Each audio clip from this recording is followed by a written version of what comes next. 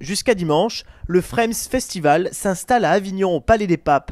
Créé il y a 5 ans par des Vauclusiens, il s'agit du plus important festival de vidéo web en France, un moment pour ceux qui créent des vidéos et ceux qui les regardent. On peut y découvrir des créateurs de contenu et créatrices qui proposent aussi bien des vidéos de vulgarisation qui parlent de science, d'histoire, de culture en général, et aussi de la fiction. Donc avec des courts-métrages, des séries qui sont présentées donc au public, pour certaines en avant-première. Nous sommes les seuls en France à proposer un festival uniquement consacré à cette création, aussi bien sur la partie publique que sur la partie professionnelle. Plus de 200 vidéastes sont présents avec également des partenaires de premier choix. On voit que c'est un rendez-vous qui s'installe au niveau national, qui est dans une logique aussi d'élargissement de la typologie des créateurs. Au départ, on était beaucoup sur des chaînes de vulgarisation, des chaînes à vocation pédagogique, mais on voit que de plus en plus de créateurs, y compris dans le domaine de la fiction, du court, etc., se retrouvent à Frames.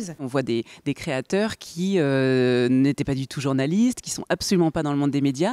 Alors certains qui ont véritablement des expertises scientifiques par exemple, ou sur des sujets d'histoire, et puis d'autres qui vraiment, parce qu'ils sont passionnés de leur sujet, ou parce qu'ils sont vraiment, oui, habités par des histoires qui vont totalement se jeter à l'eau et puis avoir des véritables succès parce que ce sont des personnalités, parce qu'ils donnent beaucoup d'eux-mêmes dans leur production. Et parmi ces youtubeurs aux milliers d'abonnés, Patrick Beau, alias Axolot, l'Avignonnais, a co-créé le festival. Ce qui est vraiment super dans le fait que ce festival soit implanté à Avignon, c'est que généralement quand il y a des événements importants, en particulier autour de la création audiovisuelle, ça se passe plutôt à Paris.